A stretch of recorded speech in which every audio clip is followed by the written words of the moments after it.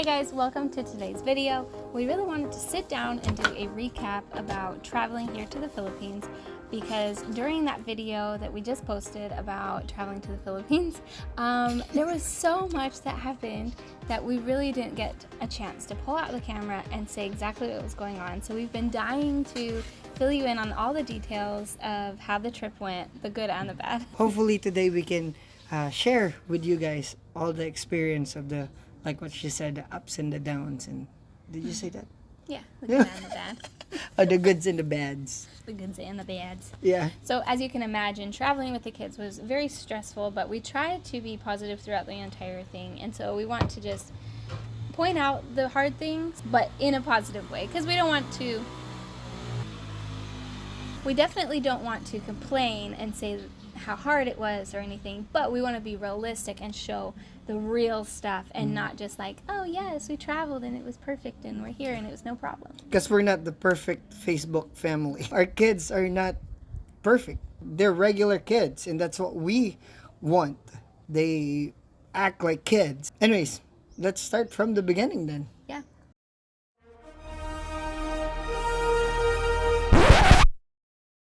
So as you guys saw, we recorded our last 24 hours in the US, so that was leading up until we left to the airport. We had to leave at 2 a.m. our time to drive 2 hours to the airport and then take our flight. So we arrived at the airport 3 hours early, 3 hours before our boarding time. But because the airline didn't check people in until 2 hours before the flight, we still had to wait in line. So I'm glad we got there with no problems, and we were so happy that our friends met us at the airport. Oh my gosh, they are such heaven sent. Yes, like we don't know what we would have done without them. Oh my gosh, we got in line. We got in one of the kiosk. Ooh. Yeah, that's a nice word. No. Stupid. We type in all this stuff, and before the day before, Laura actually tried to check us in. But nothing was working. Yeah, nothing. The app, it was not working. I only got John's passport scanned and I couldn't get anybody else's. And you know what's funny? So there's self-check machines at the airports now, and my mom was like warning us about it and saying, that's gonna be crazy, I don't know how you guys are gonna do all that. And we're like, it's gonna be fine, it's gonna be just fine. It was so bad. So how long did it take us? 2 hours? I guess so. We were checking in for an hour and 45 minutes. So we tried the pig go wee.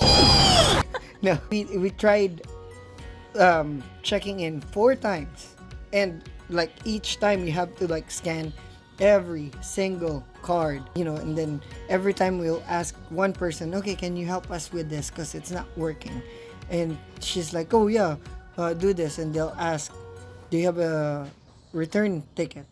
I'm like, no, because we're doing this. So the first lady was like, okay. Then the other one's like, no, no, you can't do that. And the last lady was like, no, you have to get out of the line and talk to this completely other people. Get in another line and wait to get into that line. Yeah. And then they were like, oh, yep, you have to have a return ticket within 30 days. That's the rules. And I was like, no. Here's the car. Here's how it works. Here's the email. And then there's this 2 really, really nice Filipina people. Yes. If it wasn't for them randomly showing up and explaining to the lady about the balikbayan privilege, then it wouldn't have worked. We would have missed our flight. We were so close, you guys. This is how close we were. Our flight boards around 5:30. We were still in the front desk. Hasn't even checked in by 5:15. I don't know if you guys been to Vegas airport and stuff, but you have to ride a freaking tram to get to the gate. Yeah. Wait. Oh, sorry. Another thing happened though that we haven't told you guys yet, and it is heartbreaking. We were weighing our bags, and first of all, there was a bag that was over the weight, and so John was like rearranging things. I'm like sitting with the baby that's fussing. The kids were already having a hard time. They'd been waiting for hours, and it's the middle of the night. But then John finds out he cannot take his electric longboard that he bought specifically to bring here to make incredible videos, longboarding on the amazing streets. And they would not let him take it on the airplane. It Because has a lithium battery. Yeah, Sorry. because it has a lithium battery. We thought we had done all the research and planned all of this so well, but at the last minute, as we're like rushing to, he can't take his longboard. So if our friends hadn't been there, I don't know what we would have done, because it's a very expensive longboard. And so he just gave it to our friend, and we're like, we'll figure it out later, thanks. And we just started running, and our friends were carrying our bags and running us to the security gate. Before that though, the ladies were like, okay, we don't have a lot of time, so this is what you need to do. You go straight to this line, and then you turn right. Oh, no. You have to go up the stairs, and then take this. It's like, no. They need the elevator, because they have a stroller. It was so slow, we're just like, It's like, just give us a freaking boat. Yeah. let us go. Okay. Anyways, and then at this time, they saw Teo's passport. I know. It's cute. I know, it was so cute. And during that time, he is grumpy. And on the passport picture, he is grumpy. And they were like, nagkakagulo sila dun sa picture. And so we're like, come on, we're in a hurry. Please, we're gonna be late. As much as all these problems are going, all this and stuff, we are still appreciative with those people, because they did help us. They did do all those things. And I want to point out that the lady that was mean to us about like, no, you need the 30-day return ticket, she apologized, and she immediately changed her attitude towards us and was very helpful and wanted to make sure we got on the airplane in time. So I was trying to really focus on those things throughout the time, or else I would have melted down and cried my face off and given up on all of this, because it was so stressful. Okay, moving on. Yes. Because there's so much. When we got to 10 minutes. Yeah, I know, right? So When the we- security. Sorry, go ahead. When we got to the security, we're going through, we got so many bags, you guys, so many bags. And What were we thinking? we feel like we've got them all. We've got our shoes on, so we start running, right? Like we have minutes to spare. By the time we get to the tram, I realized that I left Esme's shoes. I didn't even know about Esme's shoes until right now. So we left Esme's shoes. We left a few other things, and then I had to run back up the stairs, and then the guy there is like, yeah, I knew you would have come back, because like the most important carry-on bag, The most important. the one with the documents and stuff, were left behind. Okay, the battery died. We've refilled our snacks. How are you gonna eat snacks while we do this? Anyway, but we better hurry it up because this video is getting long. So there was one scary moment when we were running up to the tram, and at the last second, we weren't sure if it was the right one, and we got confused, I think, and so the doors were about to close, and he was yelling, "Run on!" And Eli and Ezzy were in front of us, and they were about to run, and I was saying, "No, wait," because I was afraid they were going to get on, and then it would leave We had to us. grab them. We grabbed them and stopped them right at the last minute. That was one of the worst moments. And it was so hard getting in because we have so many bags, and Teo won't. Pull a bag. Yeah, he won't pull a bag. He wants to be carried. I mean, what were we thinking? He's 3. Now looking back, it was like, that was so stupid. That was dumb. So that's when we realized we had too many bags, for sure. I was like trying to pull 2 and hold the baby, and I had a backpack on, and so I was like hitting people getting on the plane. I was like, I can't do this again. Keep in mind, we had 4 airplanes on the way here, and so So like when we get to LA, I was talking. That was packed. That place was packed because it's LA to Hawaii, and there's a lot of people. But anyways, we talked to the people, and we said, hey, can I just courtesy check in this because this they wanted bags? people to, because we had so many people. Yeah. And so they're like, yep, it'll get to your destination. Yep. So we checked a bunch of bags. We checked in the wrong bag.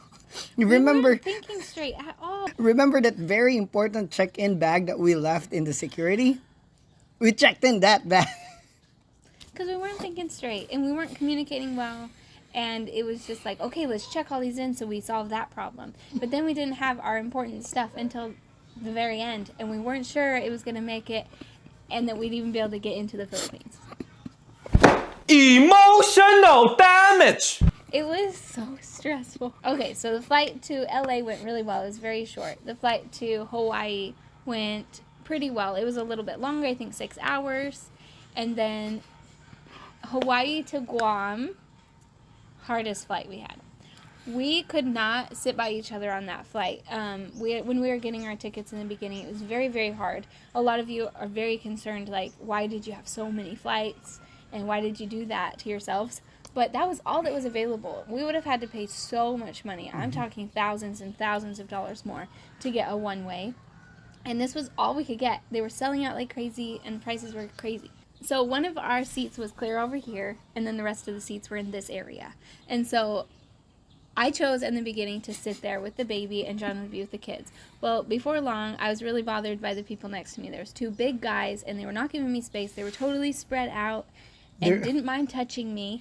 And I'm sorry, guys, but for the record, I know like planes are really small, but courtesy. Like, I was so cramped up like this, I couldn't even feed the baby. I couldn't get her sideways to feed the baby. She's so nice. If that was me, I was gonna let the baby cry the whole time. And it just like, just be the most obnoxious baby thing ever. And then like wipe the baby's butt right there as well. And things like that. Because like, I mean, you're not gonna give me some space, then let's do this. Anyway, so when John and I were switching back and forth, we had to walk around the kitchen area where the staff was multiple times to trade places. I almost knew the staff. I know, right? They were so nice to us, though. Yeah. That's what I just kept trying to find, was the nice people. Yeah, a lot of the ladies there in the United, sure, in the plane, they're really nice, and the kids were, they were really nice with the kids. And so there was a guy that was half Filipino, and he thought our kids were so cute, and he was just so sweet, very helpful. Always made sure I had a drink and everything. Anyway, so we got like no sleep. It was rough, and then we get to Guam, and in Guam was when we were really melting down. I had lost my voice. She left her voice somewhere in Hawaii. So we were able to get some food, a drink, and then get back to our gate just in time for boarding. And then luckily it was only a 3-hour flight to get to Manila. It was the hardest flight though. The baby cried like the whole time. And she had been so easy and so good the whole time. Up until then. She was done. We were all done, and I think she could sense my stress. John and I were bickering on that flight because I couldn't speak. I had no voice. That's so frustrating. And then you have to be louder on an airplane. And we had to fill out all these forms and write down all the passport numbers and names and everything of our kids. And so I'm trying to balance the passports and the baby and writing. So we're just passing it back and forth and getting it done together. I think we got a little bit of sleep, like so uncomfortably. And then we landed in Manila. Then our moods definitely picked up because our wonderful friends met us at the airport. The kids' godparents were there.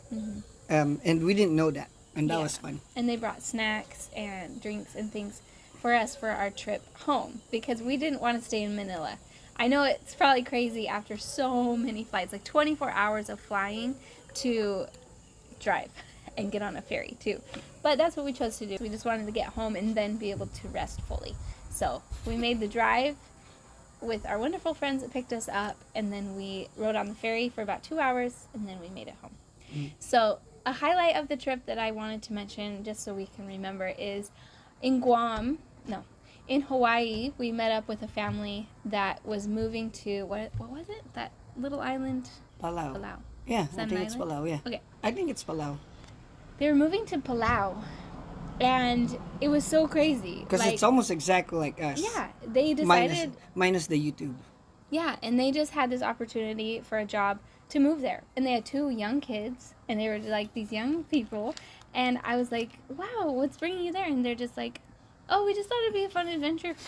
And they're like, yeah, we'll go there for a year or so. And I'm like, are you kidding me? Our family's doing that at the same time, the same type of adventure. And like, a lot of people in the world think we're crazy, but there was like that one family on the trip that just made me feel like, yeah, we're doing this.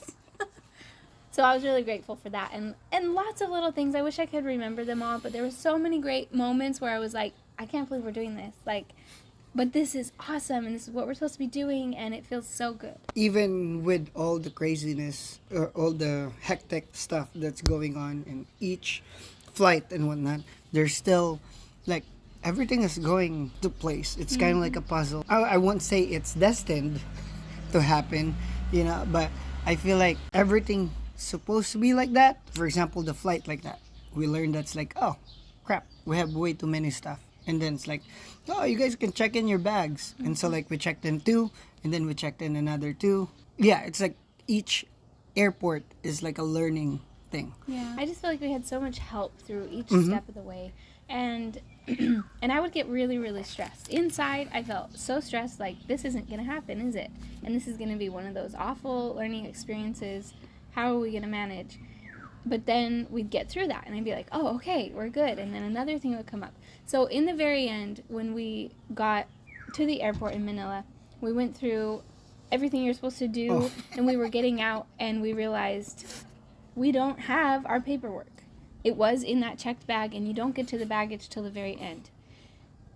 By some miracle, we didn't need it. Yeah. And so it was I mean, just a miracle. we still did the whole like the vaccine cards. Yeah, like there was stuff we definitely had to do, but But the paperwork that was in that folder that was supposed to keep us here for a year, they didn't even need. Ask for it. Yeah. And so we were just so grateful. It was such a miracle.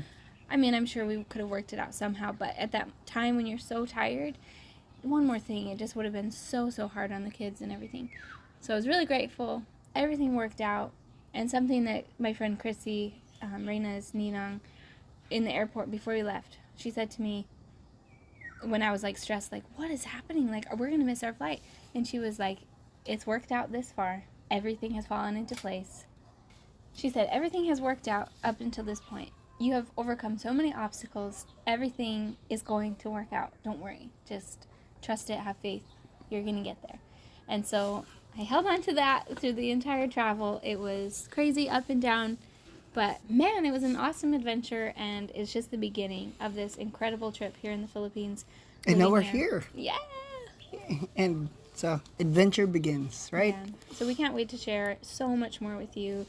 Of our experience in the Philippines. So stay tuned. Please subscribe if you haven't already. Share it with your friends. Let everybody know, because this is going to be awesome. Like I said, we're really, really close, and we want to be at 50,000 subscribers by May. That's the goal. That's so the goal. Us make that happen. Yep. If we can do that, we can. If we can do this, we can do that. If we can get here with all that craziness, I think with your guys' help, we can do that. So thank you for being a part of this. It means so much to us. Your comments, everything. So we will see you in our next video. Bye.